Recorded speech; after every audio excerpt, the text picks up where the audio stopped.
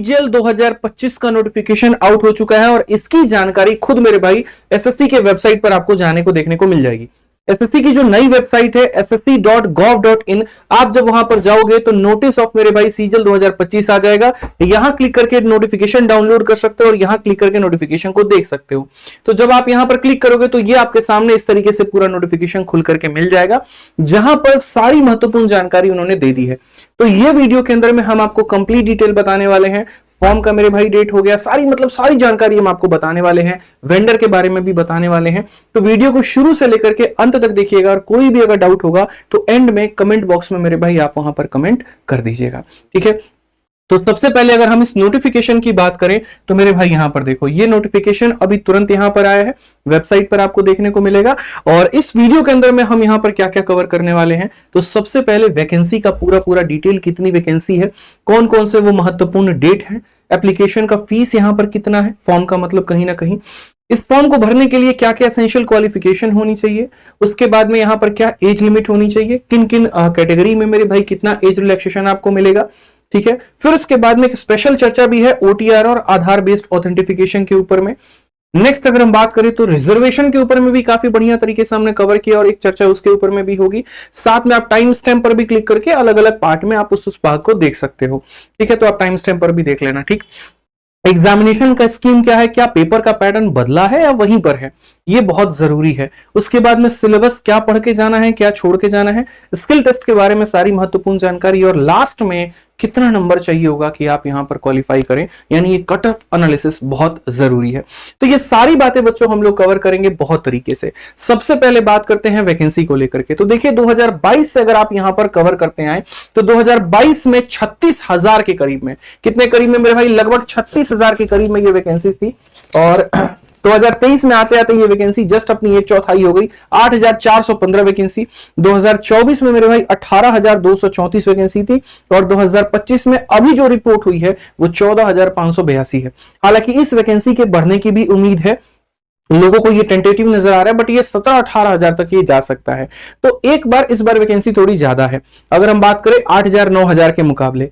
तो लोग क्या हो सकते हैं, जैसे कि पिछली बार भी आपने देखा था जब ये वैकेंसी आई थी, काफी ऐसे लोग थे जो यूपीएससी की, बैंकिंग की और अदर एग्जाम्स की तैयारी कर रहे थे, वो एसएससी में मूव कर गए, जिसके कारण कंपटीशन थोड़ा बढ़ा। तो इस बार भी ये आपको देखने को मिल सकता है। इसलिए अपनी तैयारी को शुरू से ही बहुत सतर्क रखें, सावधान रखें और बेहतर रखें, ताकि इस बार आपको मेरे भाई जो है सिलेक्शन मिल जाए।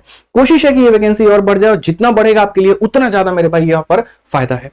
बात करते हैं फॉर्म को लेकर के कि फॉर्म आप कब से लेकर के कब तक भर सकते हैं। तो फॉर्म भरने का जो डेट है वो 9 जून से है, अंतिम जो डेट है वो मेरे भाई यहां पर 4 जुलाई है। कुल मिलाकर के 25 दिन के करीब में आपको मिलता है फॉर्म भरने का, 1 महीने का समय नहीं है। तो इतना आप वेट ना करें अंत तक का कि हम एंड में भरेंगे। बाद में क्या होता है, वेबसाइट काम नहीं करती है, थोड़ी सी प्रॉब्लम हो जाती है और बहुत सारे बच्चे फॉर्म नहीं भर पाते हैं, सोचते हैं दोबारा से एसएससी डेट देगी, दोबारा से एसएससी डेट नहीं देती है। वो एक बार 36,000 जब वैकेंसी आई थी तो 1-2 दिन का शायद एक्सटेंशन मिला था, लेकिन उसके बाद ऐसा देखने को नहीं मिलता है। अगर फॉर्म में आपने कोई गलती कर दी है तो 9 जुलाई से लेकर के 11 जुलाई तक मेरे भाई आप यहां पर उस गलती को सही कर सकते हैं। वो एक स्पेशल विंडो खुलेगा, उसमें आप जाकर के करेक्शन कर लीजिएगा, ठीक है। बात करें पेपर के डेट को लेकर के कि सर पेपर कब होगा, तो चूंकि सीजीएल में 2 पेपर होते हैं, टीयर 1 और एक होता है मेंस। यहां पर टीयर 1 जो होगा मेरे भाई वहां पर 13 अगस्त से लेकर के 30 अगस्त तक होगा, और मेंस जो होगा 3 महीने के बाद में यानी दिसंबर में होगा। तो अच्छा खासा बच्चों को इस बार मेंस का तैयारी करने का मौका मिला है, जो कि जनरली 2022 और 2023 के पेपर में देखने को नहीं मिला। 24 वाले में मेंस का अच्छा खासा समय मिला था, बच्चों ने उसका फायदा उठाया और आपको कट ऑफ भी देखने को मिला कितना अच्छा गया था। ऐसे ही यहां पर इस बार भी अच्छा खासा टाइम मिला तो कट ऑफ ज्यादा जाएगा। तो इसकी तैयारी कैसे होगी, क्या होगी, वो भी हम वीडियो के एंड में बताएंगे। बात करते हैं इस फॉर्म के फीस को लेकर के। तो यहां पर क्या है, आप जनरल से हैं, ओबीसी हैं या ईडब्ल्यूएस है, 100 रुपए का फॉर्म लगेगा। एससी एसटी या फिजिकली हैंडीकैप्ड है तो कोई पैसा नहीं लगेगा, और किसी भी कैटेगरी की अगर आप महिला है, फीमेल कैंडिडेट है, तो कोई पैसा आपका नहीं लगेगा।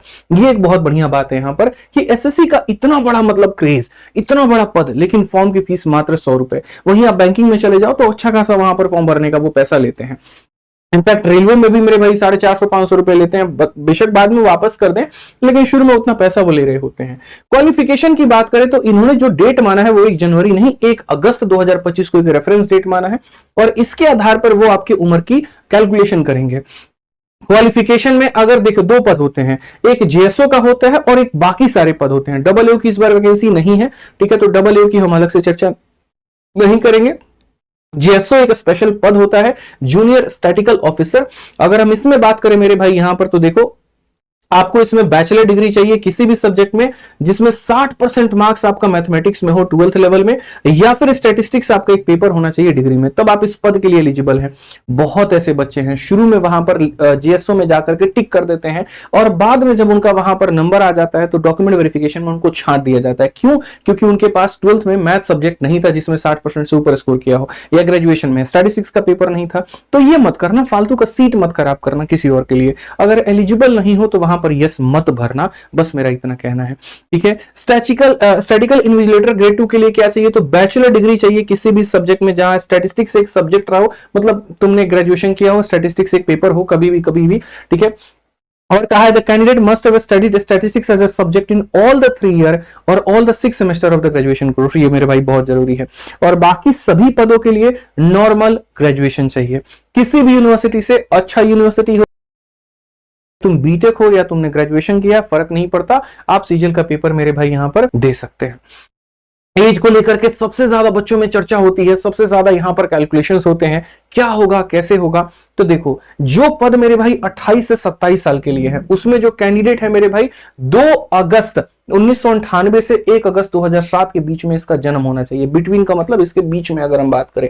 वैसे ही जिसमें 20 से 30 साल की रिक्वायरमेंट है वो आपके लिए ये डेट होना चाहिए, 18 से 30 है तो आपके लिए ये डेट होना चाहिए, और 18 से 32 है तो अगर आपके पास में ये डेट के बीच में आपका जन्म होना चाहिए मेरे भाई, ठीक है। अगर हम बात करें यहां पर तो क्या रिलैक्सेशन मिलेगा? तो बिल्कुल हर बार अलग अलग कैटेगरी को लेकर के रिलैक्सेशन होता है। जैसे कि कुछ महत्वपूर्ण कैटेगरी SC ST है, इनको इसके अलावा जैसे मानो कोई बच्चा है 27 साल का हो गया, लेकिन अगर वो SC ST में है तो उसमें 5 साल आप और जोड़ दीजिए, यानी उतने साल आगे तक का वो और पेपर दे सकता है। ओबीसी वालों को 3 साल का रिलैक्सेशन मिलता है और एक्स सर्विस मैन वालों को 3 साल का रिलैक्सेशन मिलता है। तो अगर आप इन कैटेगरीज में आते हैं तो आप एज रिलैक्सेशन का ये फायदा उठा सकते हैं, ठीक है। फॉर्म को कैसे अप्लाई करना है? तो फॉर्म का जो नया वेबसाइट है आपका ssc.gov.in, आप यहां से कर सकते हैं, या फिर मेरे भाई यहां पर माई SSC नाम का एक मोबाइल एप्लीकेशन है, आप वहां से भी इसको अप्लाई कर सकते हैं। हालांकि कोशिश करिए वेबसाइट से ही भरने को, ठीक है, यहीं से आपका सही रहेगा। OTR भी अगर आपने नहीं किया तो आप OTR भी यहीं से कर लीजिएगा। साफ तौर पर यहां पर लिखा गया है मेरे भाई, ठीक है। Available on the website of the commission sample proforma of OTR यानी one time registration online application are attach, और इस अनेक्शन में अटैच है, तो आप जाकर के यहीं से भरना। अगर हम बात करें फॉर्म को अप्लाई कैसे करना है, प्रोसेस मेरे भाई यहां पर क्या है? तो process of filling online application for the examination consist 2 part. पहले तुम्हें OTR करना पड़ेगा। जितने बच्चे हैं जो पहली बार SSC का फॉर्म भर रहे हैं उनको वन टाइम रजिस्ट्रेशन करना होगा, ये सिर्फ एक बार होता है, आप उसको कर लेते हैं, उसके बाद में SSC के आ रहे हर फॉर्म को आप मेरे भाई बड़े आसानी से भर सकते हैं। OTR सिर्फ एक बार करना होता है, उसके बाद आप CGL CHSL इनमें OTR करने की जरूरत नहीं पड़ेगी, फिर आप सीधा सीधा इनका फॉर्म भरो, बस बात खत्म यहां पे। तो पहले OTR करना पड़ेगा और ये करना पड़ेगा। हालांकि जिन्होंने पहले से OTR कर रखा है उनके लिए दिक्कत की कोई बात नहीं है। तो अगर हम OTR की बात करें तो OTR के लिए बहुत अच्छे तरीके से इंस्ट्रक्शन दिया गया है, इसको बढ़िया से समझना और जानना। Please read the instruction given in the notice of the examination carefully before filling the form. और वो ये है, आधार बेस्ड ऑथेंटिकेशन जो है इंप्लीमेंट कर दिया गया है। करंट एग्जामिनेशन में सारे के सारे कैंडिडेट को अपना आधार ऑथेंटिकेट करना है, नंबर डाल करके यहां पर, और OTR करना है। OTR करने के बाद में तब मेरे भाई तुम अपना फॉर्म भर पाओगे। OTR क्या है इसके ऊपर में डिटेल में प्रशांत सर ने एक वीडियो बना रखी है, आप सर्च करोगे OTR बाय प्रशांत सोलंकी सर तो आपको मिल जाएगा।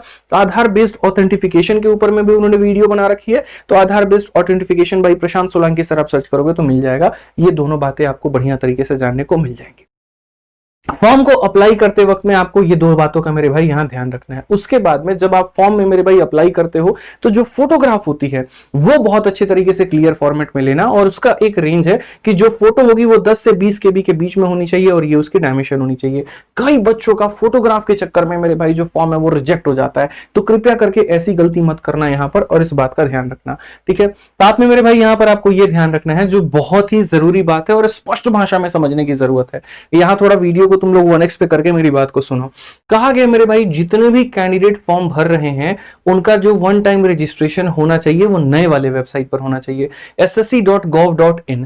ठीक है, ये बहुत जरूरी है आपको नया OTR जनरेट करने के लिए। अगर किसी ने मेरे भाई यहाँ पुराने वाले वेबसाइट पर किया है जो कि ssc.nic.in है तो उसको फंक्शनेबल नहीं माना जाएगा। असल में क्या हुआ, एसएससी ने अभी एक नई वेबसाइट बनाई है तो पुराने वाले का डेटा उसको इंपोर्ट नहीं कर पाई है, वो इंपोर्ट नहीं कर पाई है तो वो ये चाहती है कि नए वाले वेबसाइट के ऊपर में सारे बच्चे दोबारा से OTR कर लें बढ़िया तरीके से और इसी के ऊपर में फॉर्म भरे और इसको पूरी तरीके से वेबसाइट को बाद में बंद कर दिया जाए। तो आप लोग इस बात का थोड़ा सा ध्यान रखें। उसके बाद में अक्सर क्या होता है कि जैसे मानो फॉर्म भरते वक्त में फोटो थोड़ी ब्लर हो जाती है या सिग्नेचर थोड़ा गड़बड़ हो जाता है तो बाद में बच्चों का फॉर्म रिजेक्ट कर दिया जाता है। यहां पर एक एसएससी ने छूट दिया है कि जो बच्चा आधार बेस्ड ऑथेंटिफिकेशन कर लेता है, ठीक है, तो अगर कहीं पर उसका फोटो अगर मानो ब्लर है या